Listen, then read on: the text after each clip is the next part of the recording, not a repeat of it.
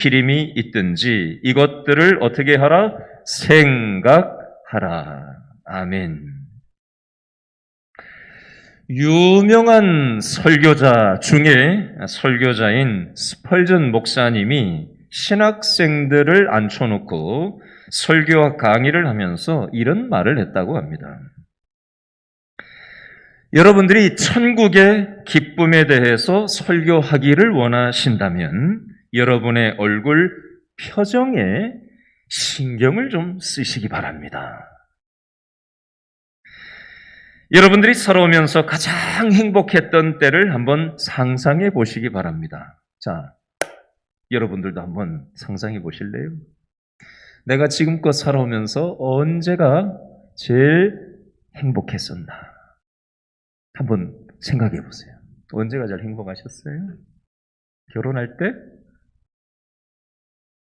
데이트할 때? 언제가 제일 행복한 순간이셨습니까? 그 행복했던 순간을 떠올리면 지금도 이렇게 생각을 하면은 미소가 지어지는 어떤 그 순간들이 우리에게 있지 않습니까? 그렇죠? 이 천국의 기쁨이라는 게 어떤 면에서 원리가 이것과 비슷해요. 그런데 여러분들이 지옥의 슬픔에 대해서 설교하기를 원한다면, 스펀전 목사님이 얘기했어요. 여러분이 지옥의 슬픔에 대해서 설교하기를 원한다면 여러분의 얼굴 표정에 대해서 신경을 끄셔도 됩니다. 왜냐하면 여러분의 지금 얼굴 그대로가 지옥의 슬픈 표정이기 때문에 그렇습니다. 라고 설교와 강의를 했답니다. 자, 여러분 옆에 계신 분의 얼굴 표정을 한번 들여다보시기 바랍니다. 준비, 옆 사람 볼 준비, 얼굴 표정 관리할 준비, 시작! 옆 사람 쳐다보세요. 어떤 표정이에요? 천국의 기쁨을 가지고 있는 얼굴 표정인가요? 아니면 지옥의 슬픔을 가진 표정인가요? 네? 지금 제가 얘기할 준비하니까 마음의 준비를 하고 얼굴 표정을 억지 웃음을 써서라도 괜히 들통나면 안 되니까. 그죠? 우리는 억지 웃음을 지어 보이고 가면을 쓰고 내 마음은 지금 죽겠는데, 그죠? 아닌 척하고 괜찮은 척하고 억지 웃음을 웃어 보이진 않으셨습니까? 여러분, 우리들은 천국의 기쁨보다는 지옥의 슬픔에 익숙한 사람들이에요. 지옥의 표정을 가지고 하루하루 살아가는 우리들을 향해서 오늘 본문 빌립보서 4장에서 바울은 어떤 말을 하고 있는지 한번 생각을 해보겠습니다. 다 같이 빌립보서 4장 4절을 다시 한번 읽어보겠습니다. 시작! 주 안에서 항상 뭐하라? 기뻐하라. 내가 다시 말하노니 뭐하라? 기뻐하라. 자, 방금 4절에 보니까 바울은 우리들에게도 얘기해요. 기뻐하라. 그냥 기뻐하라는 말이 아니라 어떻게 기뻐하라? 항상 기뻐하라. 이것도 모자라서 내가 다시 말하노니 기뻐하라고 했던 말을 또 잔소리처럼 반복 강조하면서 말하고 있어요. 자, 요걸 한번 생각을 한번 해보자고요. 자, 살면서 가끔 한 번씩 기뻐하는 것은 몰라도 오늘 성경 말씀처럼 항상 기뻐하는 것이 여러분 말이 된다고 생각하십니까? 말이 된다고 생각해요? 말이 안 된다고 생각해요? 여러분, 어림도 없는 소리라는 생각이 들지 않으십니까? 성경에 쓰여 있기는 쓰여 있는데 이게 너무 현실과는 동떨어져 있는 말이 안 되는 소리라고 느껴지지 않으세요? 정서적으로? 우리 속에서 이런 어떤 질문이 툭 튀어나오지 않습니까? 아니, 사람이 어떻게 가끔가다 한 번씩 좋아 기뻐하는 건 몰라도 항상 기뻐하면서 살 수 있다는 말인가? 우리 속에서 그런 질문이 툭 튀어나오지 않아요? 솔직히? 그건 말이 안 된다고 생각되지 않으십니까? 그러면서도 또 한편으로는 성경 말씀처럼 항상 기뻐하면서 살 수 있다면 그거 좋기는 좋겠다. 이런 마음이 좀 생기지도 않으십니까?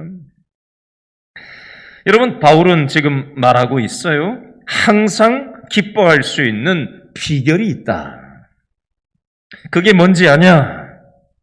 여러분, 4절을 다시 한번 보겠는데요. 자, 항상 기뻐하라. 내가 다시 말하노니 기뻐하라 라는 말 제일 앞에 4절 제일 앞부분에 뭐라고 써 있어요? 항상 기뻐하라는 말 바로 앞에 뭐라고 돼 있어요? 누구 안에서? 주 안에서 항상 기뻐하라. 주 안에서라는 표현이 나오고 있어요. 바울은 항상 기뻐하면서 살아갈 수 있는 비결을 누구에게서 찾고 있는 거예요? 하나님 안에서, 주 안에서 찾고 있습니다. 여러분, 오늘 우리가 왜 이 자리에 나온 거예요? 우리가 지금 술 먹으러 나온 거 아니잖아요, 이 자리에. 그죠? 돈 때문에 이 자리에 온 것도 아니잖아요. 그렇죠? 우리가 왜 오늘 이 자리에 이 불금의 시간에 놀러 가지 않고 즐기지 않고 쉬지 않고 피곤한 몸을 이끌고 어떤 분은 또 밥도 못 드시고 정신이 사나운데 왜 이 자리에 오늘 온 거죠? 주 안에서 내 인생에 해결점이 있다는 것을 믿는 마음이 있기 때문에 이 자리에 나온 거 아니에요? 방금 4절에도 주 안에서 항상 기뻐한다고 돼 있어요. 내 스스로는 우리는 기뻐할 수 없는 존재들이에요. 여러분, 돈 있다고 항상 기쁠까요? 문제가 술술 풀리면 항상 기쁠까요? 그렇지도 않아요. 문제 해결점은 주 안에 있을 때 오는 것인데, 여러분 오늘 잘 나오신 거예요. 오늘 금요영성 집회에 나온 이유가 주 안에서 내 인생이 해결점이 있을 것에 대한 믿음이 있기 때문에 우리가 이 자리에 나온 거 아니에요.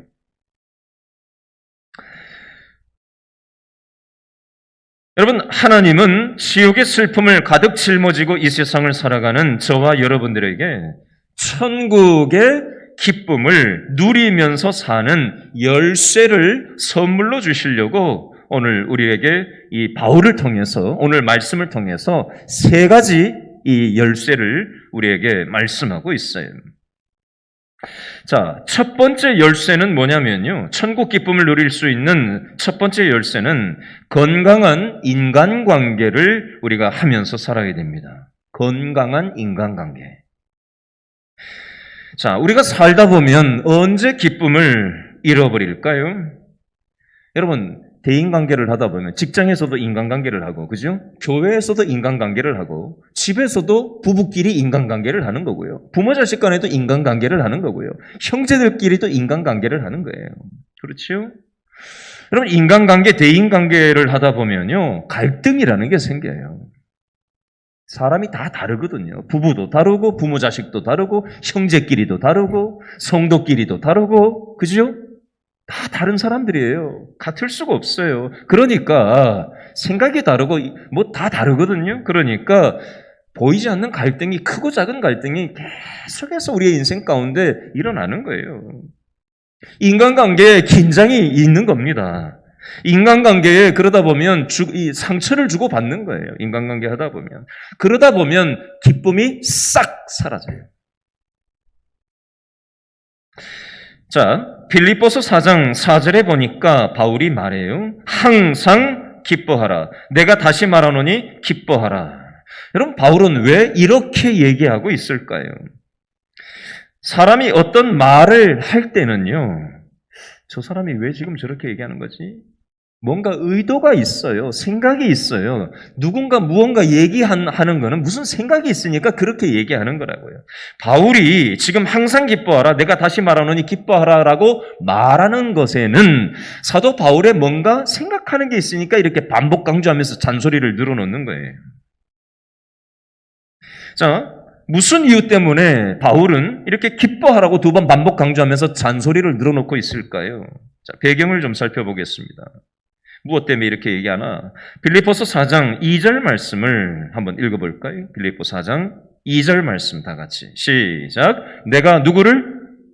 유오디아를 권하고 누구를? 순두개를 권하노니 주 안에서 어떤 마음? 같은 마음을 품으라. 여기 보면 두 사람이 나와요. 4장 2절. 자, 한 사람의 이름은 유오디아라는 사람이고요. 또 한 사람의 이름은 뭐라고 돼 있어요?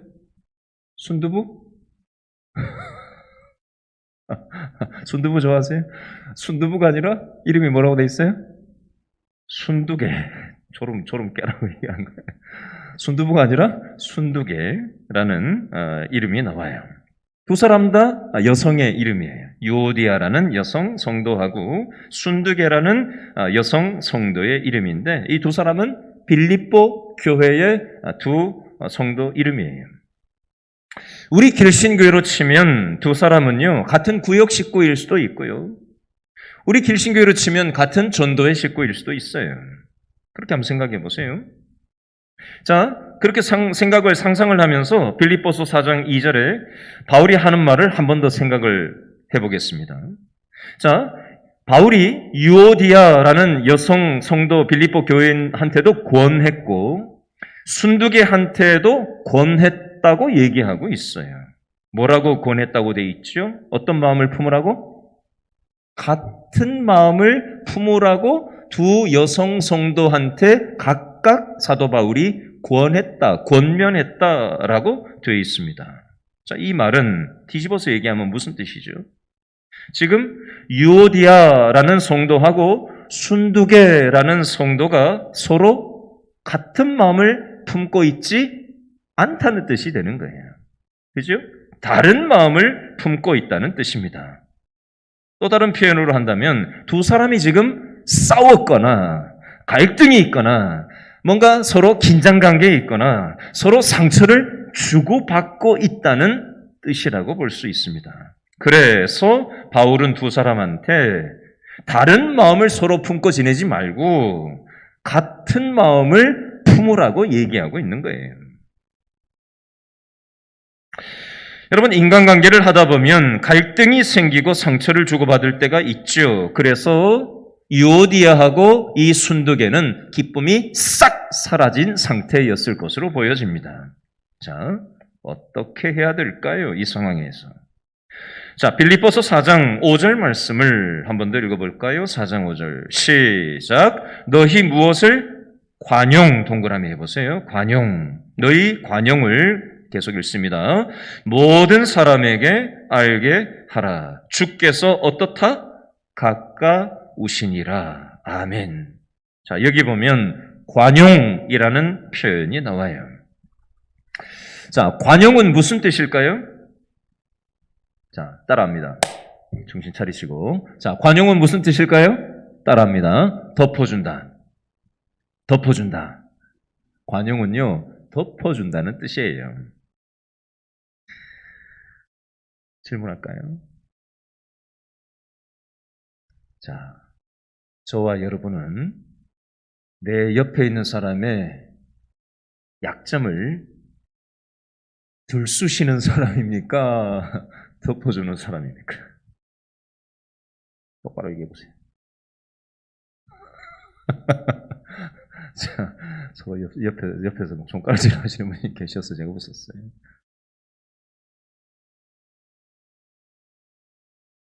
여러분, 관용은 덮어준다는 뜻인데 다른 사람의 허물을 들추거나 약점을 드러내는 것은 관용이 아니죠. 5절에 보면 바울은 관용을 어떻게 하라고 돼 있죠? 모든 사람에게 알게 하라고 말하고 있어요. 왜요? 주께서 5절 끝에 보니까 가까우시니라. 무슨 뜻일까요? 바울이 주께서 가깝다고 말하는 이유는요, 예수님이 이 세상에 다시 오실 것을 생각하면서 살았어요. 여러분, 정신없이 살다 보면요, 우리는 계속 영원히 이 땅에서 살 것처럼 착각을 많이 합니다. 여러분, 저는 목사이기 때문에 수많은 장례식을 인도할 일이 많아요. 제가 30대 중반부터 장례식 예배를 인도를 했어요. 30대 중반부터. 거의 한 20여 년 동안 제가 장례식을 인도했어요. 어떤 해에는 한 해에 30건 이상의 장례 예식을 인도했던 적도 있었어요. 한 해에. 수많은 죽음을 봤어요. 그때마다 느끼는 것이 우리가 이 땅에 살아가는 게 영원한 게 아니구나. 그때마다 뼈저리게 느껴요. 여러분, 우리 살아봐. 지금 길동에 한 4만 5천 명 살아가는데요. 제가 1세부터 길동에 살아가는 인구 전체 분포를 제가 쭉 통계를 뽑아놓고 제가 하나하나 숫자를 다 세봤어요. 100세 이상 된 길동에 살아가는 사람이 6명인가 7명 현재 있어요. 현재 길동 주소지로 되어 있는 분 중에 100세 이상 되신 분들이 6명이었나 7명이었나 그래요. 최고 고령자가 지금 106세인가 107세인가 되시는 분이 계세요. 길동에. 길어봐야 우리는 100년 남짓 그저 살아가는 거예요. 그러다가 우리는 하나님 부르시면 가는 거죠, 뭐. 주께서 가깝다는 표현은 예수님이 이 땅에 재림을 하시든 우리가 죽고 예수님께로 가든 100년 안에 이루어질 일입니다. 불과. 우리는 예수님을 다시 만날 때가 있습니다. 예수님이 우리에게 질문하실 거예요. 너 세상에서 살아가는 동안 내가 너한테 선물로 준 너의 가족을, 내가 너에게 준 너의 직장 동료를, 내가 너에게 붙여준 교회 식구를 향해서 얼마나 덮어주면서 관용하면서 살다 왔냐. 이렇게 예수님이 질문하실 때가 있을 겁니다. 바울은 주께서 가깝다라고 하는 말을 할 때 이걸 염두에 두면서 말하고 있는 거예요. 관용의 반대말은 다른 사람의 허물을 들추어내는 걸 얘기해요. 다른 사람의 약점을 드러내고 비판하면서 사는 걸 얘기하는 거예요. 여러분, 다른 사람을 비판하는 마음을 가슴에 품고 살아가면 그 비판하는 사람이 배우자라면 건강한 인간관계가 배우자하고 관계가 되겠어요? 부모 자식 간에 미움을 품고 가득 품고 부모 자식 간에 살아간다면 그 건강한 부모 자식 간의 관계가 될 수 있을까요? 직장 동료를 향해서 미움을 가득 품고 인간관계를 한다면 그 관계가 얼마나 건강하겠어요? 길신교회에서 같이 성도로서 신앙생활을 오랫동안 함께 하는데도 불구하고 마음속에 관용의 마음이 아니라 상대방의 연약함을 덮어주기보다 들추어내고 대놓고 들추기도 하고 마음속으로 감추고 있으면서 속으로 저 사람은 X야. 그런 어떤 마음을 가지고 그 사람을 대한다면 그 사람과 건강한 인간관계를 이룰 수가 없겠죠. 그 상태가 되면 그 사람을 대할 때마다 내 마음은 기쁨이 사라지고 말 것입니다. 치욕의 슬픔이 내 생각과 정서를 지배하고야 말 것입니다. 마태복음 7장 1절과 2절 말씀 읽어드릴게요. 비판하지 말라. 너희의 비판하는 그 비판으로 너희가 비판을 받을 것이요. 너희의 헤아리는 그 헤아림으로 너희가 헤아림을 받을 것이라. 이렇게 경고하고 있습니다. 마태복음 7장 12절 말씀에 보면 무엇이든지 남에게 대접을 받고자 하는 대로 너희도 남을 대접하라. 제가 예를 하나 드릴게요. 어떤 아버지가 아들하고 대화를 하고 있었어요. 근데 아들하고 아빠가 앉아가지고 대화를 하는데 이 아들 아이가 아빠한테 이렇게 기분 나쁜 얘기를 했습니다. 아빠 비켜! 아빠 이리 와! 아들이 아빠한테 아빠 비켜! 아빠 이리 와! 이렇게 얘기하면 기분 좋을 아빠가 어디 있어요? 그래서 이 아빠가 기분이 나빠가지고 뭐라고 얘기하냐면 야, 너는 말버릇이 그게 뭐냐? 이렇게 얘기를 했다는 거예요. 그랬더니 아빠가 하는 말을 들은 이 아들이 이렇게 얘기합니다. 야! 아들이 아빠한테 하는 얘기예요. 야! 너는 말버릇이 그게 뭐야? 아빠가 하는 말을 꼬맹이 아들이 그대로 따라하는 거예요. 아빠가 하는 말을 아들이 따라하는 걸 보고는 아빠가 이렇게 얘기하면 안 되겠다 하고는 말을 바꿨대요. 이렇게 바꿨답니다. 아드님, 이리로 오십시오. 이렇게 얘기했더니 아들이 이렇게 따라하더랍니다. 아버님, 왜 그러세요? 여러분, 이걸 통해서 배울 수 있는 교훈이 있어요. 비판을 받지 아니하려거든 비판하지 말라. 남에게 대접을 받고자 하는 대로 너희도 남을 어떻게 해라? 대접해라. 우리가 살면서 기쁨을 잃어버리는 이유는 인간관계 때문인 경우가 적지 않습니다. 항상 기뻐하면서 살기 원한다면 건강한 인간관계를 유지하면서 살아야 되는데 그 열쇠는 관용하면서 다른 사람의 약점을 덮어주면서 살아가는 것이 첫 번째 열쇠, 기쁨을 가질 수 있는 열쇠가 되는 겁니다. 기쁨을 누리면서 살아가려면 어떻게 해야 되냐? 두 번째 열쇠는요, 염려를 우리가 극복을 해야 되는데요. 우리 마음에 있는 기쁨을 빼앗기는 두 번째는 염려 때문인 경우가 굉장히 많습니다. 여러분, 오늘 정신없이 하루 살아가시면서 가정생활을 정신없이 하셨을 거예요. 그죠? 직장생활을 정신없이 오늘 하다가 오셨을 겁니다. 밥도 못 먹고 올 만큼 오늘 바쁘게 살아오신 분도 계실 거예요. 여러분, 이 세상이 얼마나 걱정거리가 많고 염려거리가 많습니까? 그렇죠? 여러분, 사람의 정신건강을 연구하는 유명한 정신의학자가 이런 말을 했어요. 우리가 염려하는 일 중에서 실제로 염려할 만한 것은 100개 중에 8개밖에 안 된다. 반대로 얘기하면 우리가 염려하는 것 중에서 100개 중에 92개는 쓸데없는 염려를 하고 살아간다는 얘기입니다. 전문가가 하는 얘기예요. 통계를 가지고 얘기하는 겁니다. 여러분, 한번 생각을 좀 해보자고요. 요즘 내가 염려하고 있는 것이 무엇인지 한번 생각해 보세요. 그게 진짜로 염려할 만한 것인지 아니면 쓸데없는 염려를 하고 있는 것은 아닌지 한번 생각해 봤으면 좋겠어요. 자, 염려라는 말이 무슨 뜻인지 한번 뜯어서 생각을 해보겠습니다. 염려는요, 우리 마음을 이리저리 나누이게 만드는 게 바로 염려입니다. 사람의 마음에 염려가 들어오기 시작하면요, 마음이 혼란스러워져요. 판단이 잘 서지 않습니다. 점점 더 깊은 염려의 수렁 속으로 빠져들어가게 돼요.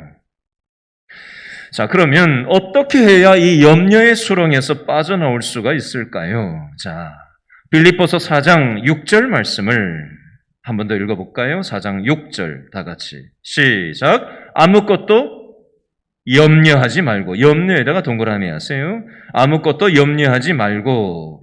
자, 한글 성경에는 빠져있는 말이 있는데요, 그 대신에 라는 말이 빠져 있어요. 말고와 다만 사이에 그 대신에 라고 성경에 써놓으셔도 좋아요. 아무것도 염려하지 말고 그 대신에 뭐 하라고 돼 있어요? 읽습니다. 다만 시작. 다만 모든 일에 첫 번째 기도와 두 번째 간구로 너희 구할 것을 감사함으로 하나님께 세 번째 아뢰라. 기도, 간구, 아뢰는 것을 하라 이렇게 돼 있어요. 염려 대신에 기도, 간구, 아뢰라. 염려 대신에 기도하라는 얘기예요.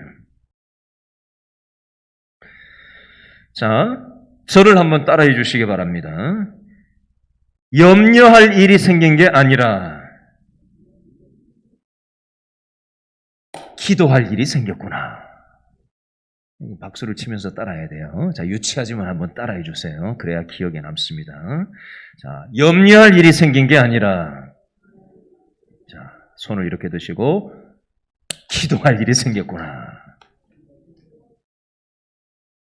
여러분 한번 해보세요. 이거 지금만 따라하지 말고, 어떤 염려가 딱 터졌을 때, 이건 염려할 일이 생긴 게 아니고, 기도할 일이 생긴 거다. 이렇게 믿음으로 받아버리세요. 아셨죠? 염려를 기도 제목으로 삼는 거예요.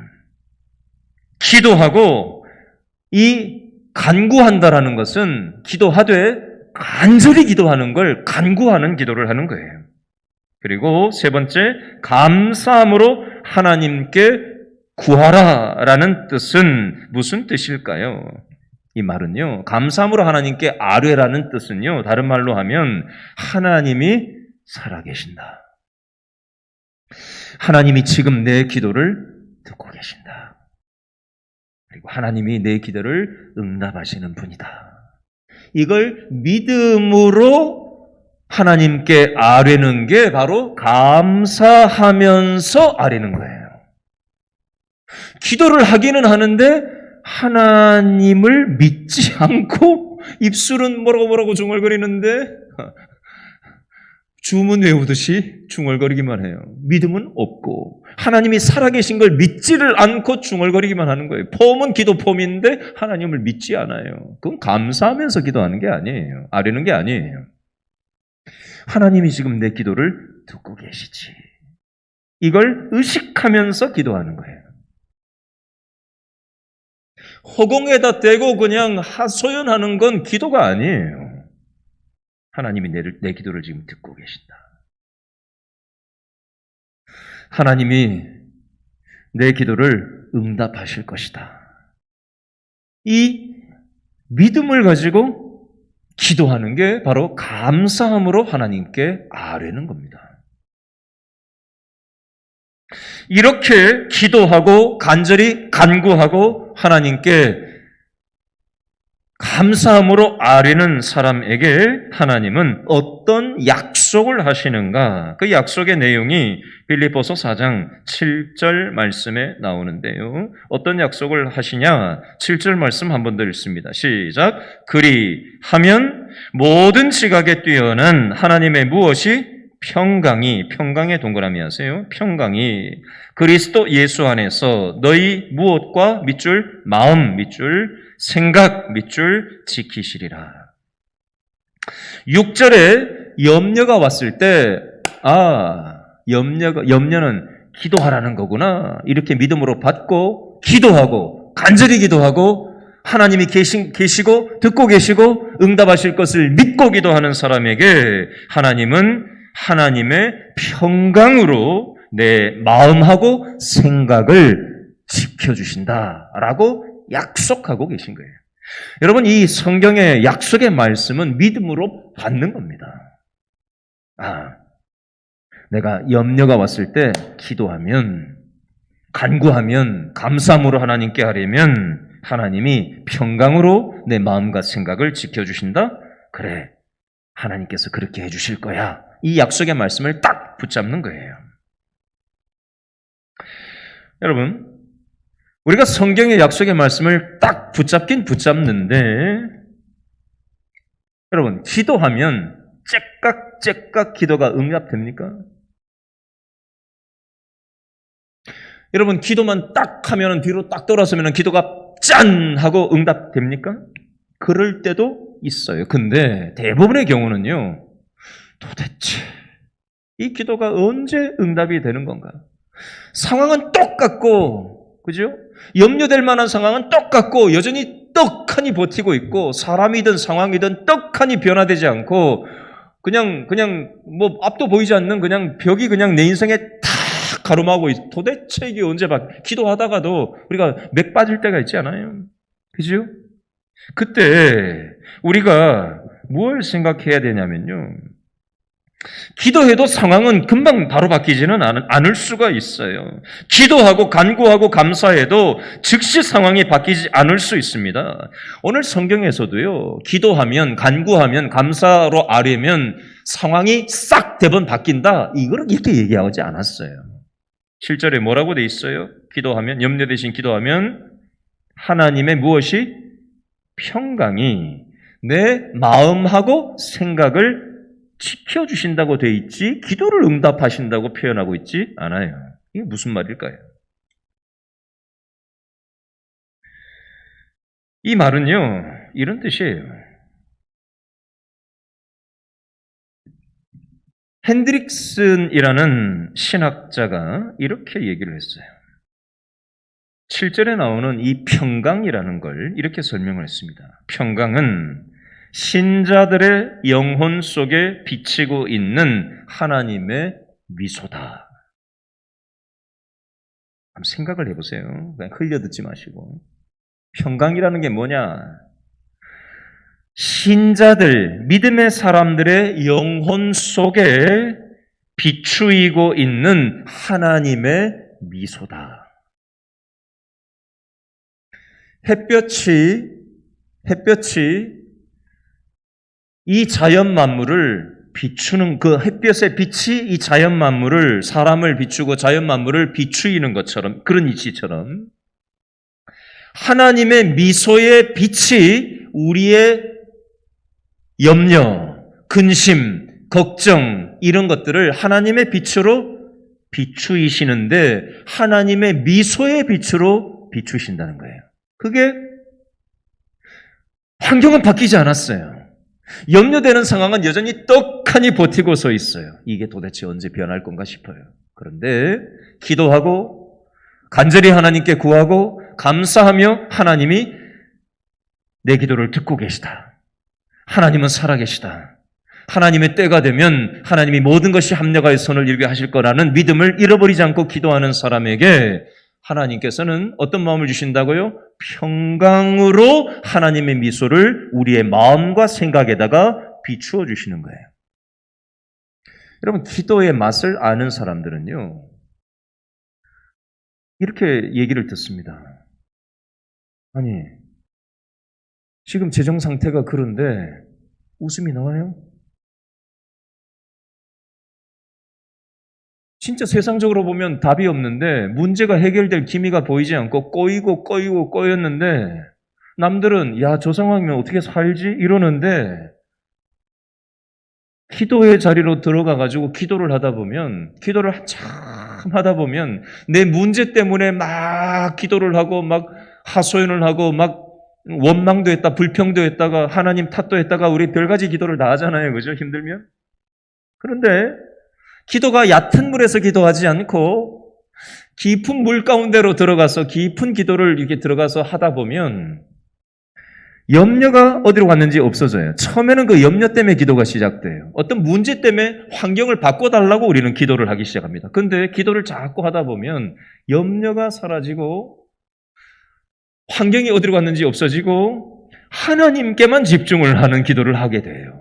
내 자신을 돌아보게 되고 내 생각을 돌아보게 되고 내 마음의 태도를 다시 되짚어보고 회개 기도가 그제서야 나오기 시작하고 환경을 보는 시각이 달라지고 생각이 달라지고 내 태도가 달라지면서 답은 없는데 하나님이 나하고 함께 하시는 것이 믿어지기 시작하면서 기도하고 나면은 답은 분명히 없는데 여전히 환경은 똑같이 벽이 딱 버티고 서 있는데 왠지 마음에 평안함이 있어요. 안정감이 있어요. 그래서 밤에 그 잠잘 수 없는 밤에 잠이 오게 되는 거예요. 그게 바로 은혜이고 이것이 바로 하나님이 염려하는 인생이 기도하기 시작할 때, 기쁜 기도로 나아갈 때 하나님의 미소로 우리의 마음과 생각을 지켜주시는 그 평강의 복이라는 거예요. 저는 저와 여러분들이 염려의 수렁에 빠져 지내지 않고 하나님의 평강의 빛, 이 하나님의 미소를 우리가 경험하면서 살아갈 수 있었으면 좋겠어요. 세 번째, 기쁨을 누리면서 살아가려면 어떻게 해야 되나? 세 번째 열쇠는요, 건강한 생각을 하면서 살아야 돼요. 자, 마지막 8절 말씀을 다시 한번 읽어보겠는데요. 자, 여기 보면 6가지 내용이 반복 강조됩니다. 6가지 내용, 8절에. 자, 6가지가 뭐가 나오는가? 반복되는 문구를 잘 밑줄을 그시면서 한번 읽으시겠습니다. 빌립보 4장 8절 시작. 끝으로 형제들아, 첫 번째, 무엇에든지 참되며, 두 번째, 무엇에든지 경건하며, 세 번째, 무엇에든지 오르며, 네 번째, 무엇에든지 정결하며, 다섯 번째, 무엇에든지 사랑받을 만하며, 여섯 번째, 무엇에든지 칭찬받을 만하며, 무슨 덕이 있든지 무슨 기림이 있든지 이것들을, 이 6가지를 뭐하라? 생각하라. 생각에다가 동그라미 해보세요. 생각하라. 자, 6가지를 생각하라고 되어 있는데 밑줄을 긋습니다. 6, 8절에 참되며, 경건하며, 오르며, 정결하며, 사랑받을 만하며, 칭찬받을 만하며, 이걸 생각하면서 살라고 강조하는 겁니다. 자, 여기에서 생각하라는 표현은 어떤 의미를 담고 있느냐면요, 의도적으로 이렇게 6가지를 생각을 끊임없이 할 것을 얘기하는 거예요. 우리들은요, 틈만 나면 부정적인 생각을 하지 않습니까? 그죠? 조금만 뭐 하면은 나쁜 생각을 하지 않아요? 조금만 뭐 하면은 누군가를 미워하지 않습니까? 조금만 뭐 하면은 나 이거 싫어! 이런 마음이 나오지 않습니까? 그게 우리의 본성이거든요. 그런 미운 생각, 나쁜 생각, 싫은 생각, 부정적인 생각, 끊임없이 이런 생각들이 우리의 생각과 마음을 집어삼키려고 달려듭니다. 그런데 8절 말씀해 보니까 뭘 끊임없이 의도적으로 생각하라고 8절에 돼 있어요. 첫 번째, 참된 생각, 경건한 생각, 옳은 생각, 정결한 생각, 사랑받을 만한 생각, 칭찬받을 만한 생각을 의도적으로 끊임없이 생각하면서 살아갈 것을 얘기하는 겁니다. 그래야 기쁨이 유지될 수 있는 인생이 된다는 겁니다. 여러분, 민수기 13장에 보면 가나안 땅을 12명이 정탐꾼, 12지파 중에 대표자 한 명이 12인이, 12지파 대표자 12인이 각 지파 한 명씩 가나안 땅을 정탐을 이제 하고 오죠. 12명 중에 10명의 정탐꾼은 뭐라고 보고를 하죠? 인간적인 생각을 하고 인간적인 말을 보고합니다. 뭐라고 보고하죠? 우리가 정탐하러 가나안 땅에 가보니까 저 땅 사람들하고 우리를 비교하니까 우리는 메뚜기에 불과하다. 우리가 저 가나안 땅을 얻는 것은 말이 안 된다. 인간의 생각. 끊임없이 우리는 인간의 생각을 해요. 그리고 그것에 기반해서 끊임없이 인간적인 말을 늘어놓습니다. 나쁜 말, 그죠?